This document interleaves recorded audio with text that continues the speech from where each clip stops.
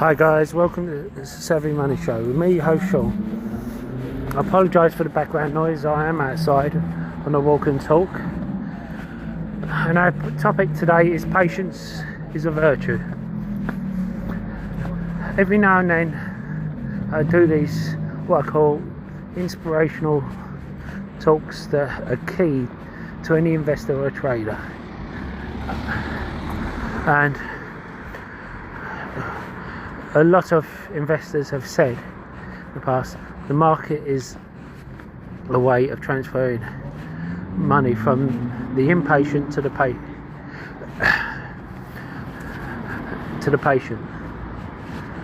Now, and that's true. I did a social experiment where I was trading a few years ago, and against where I just invested in a company, and my trades, although they did amazingly well, they didn't outperform just investing in a company and leaving it there.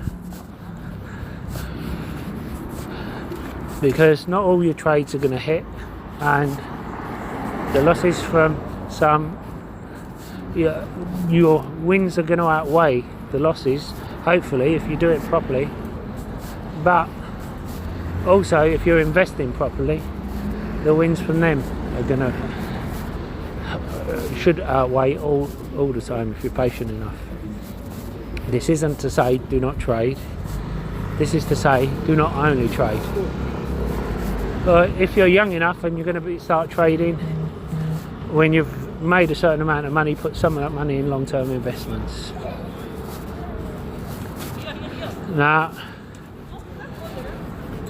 to show you an example, I set up my kids' junior ISA, and it went down £1,000, like the first 9,000 I put in it, and I didn't panic. I was patient. I didn't start jumping on the trading bandwagon. Instead, I just waited, and it came up, and now it's £2,500 up on that. Same with me when the biotech winter came, and I invested heavily in Beam at $20. CRISPR at $35, RX, Sana, PSE, all of them, even Intelia, and now they've started coming back. I can afford to take out my initial investment because I've been patient and let the rest ride risk free. The same with Google, massive Goliath of a company. I didn't get the bottom. I never tried to get the bottom. I got it at $96 a share, dollar cost averaging, and when it hit 150, I took out my initial investment, the other 50% risk free. If it ever comes back down again, I will make it the biggest position in my portfolio. So again, when everyone else is, you silence the noise and be patient. Now, at the time, I heard everyone saying Google was finished because, Google was finished because at the time their advertising platform was going backwards. It was going downhill. People were spending less on advertising. And also got told ChatGPT was going to destroy Google's AI. Well, I broke down at the time Google's entire portfolio and saw it as a mini ETF of future proofing companies, and saw that it was undervalued, and that's why I went into it. At the same time, I went into Amazon as well.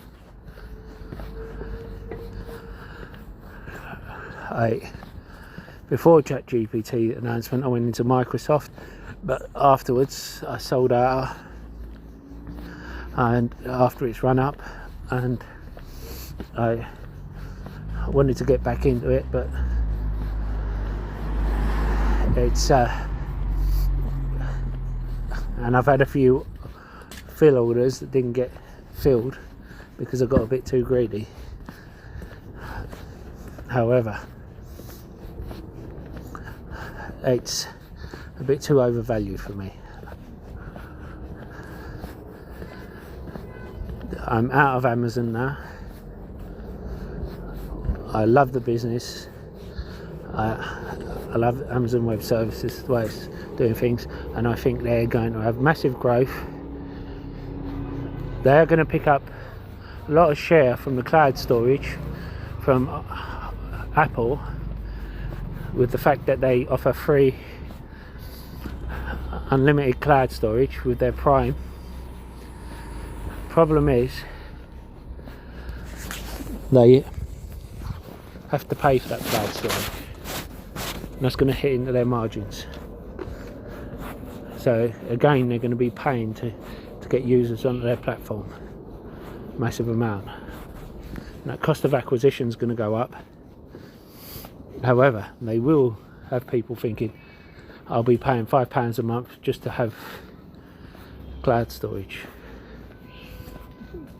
and I'll get the rest of Amazon Prime services for free.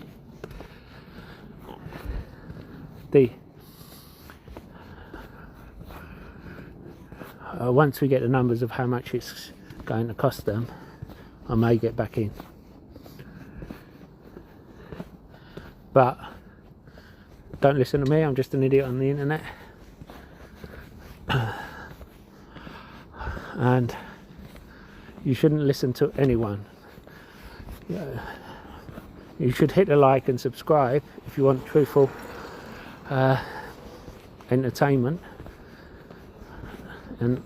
but silence the noise. If anyone tells you you're investing wrong, don't listen to them, as long as you've done your due diligence. I may not agree with your picks, you may not agree with my picks, but don't let me or anyone else sway you otherwise. As long as you're patient enough and you have done your homework, that should be enough for you. There have been times when I thought I was all alone and I must be missing something on a stock, and because I was the only one who was covering it, or I was the only one interested in it, and everyone else said, no, it's a dead duck. But then all of a sudden, one major person got into it and it skyrocketed. And this happened with a few of them. If you have conviction in your own skills and talent as a picker, then you will succeed.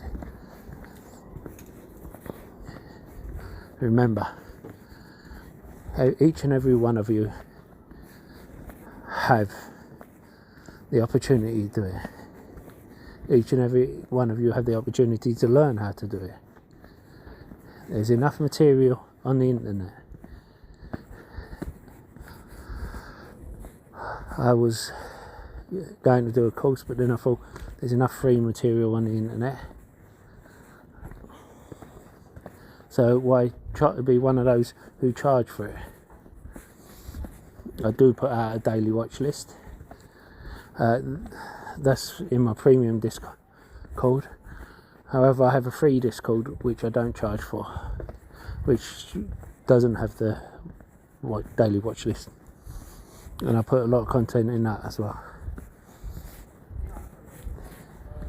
So if you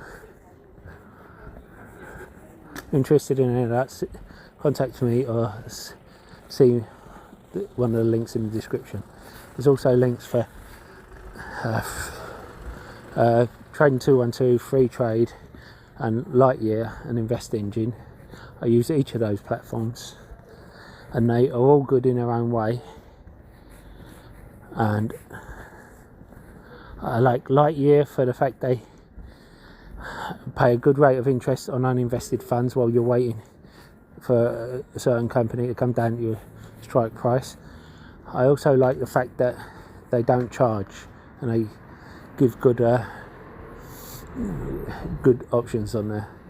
I also love Trading 212 because they give a free ISA and the same, but the problem is with them is the spread and the customer service. If they did better customer service, they would be the top one.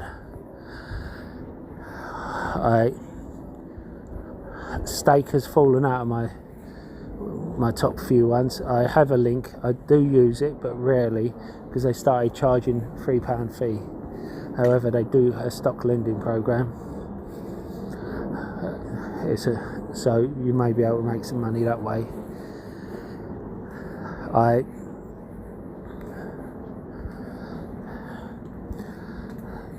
do still have some shares in there, but once I sell out of them, I will be closing my account.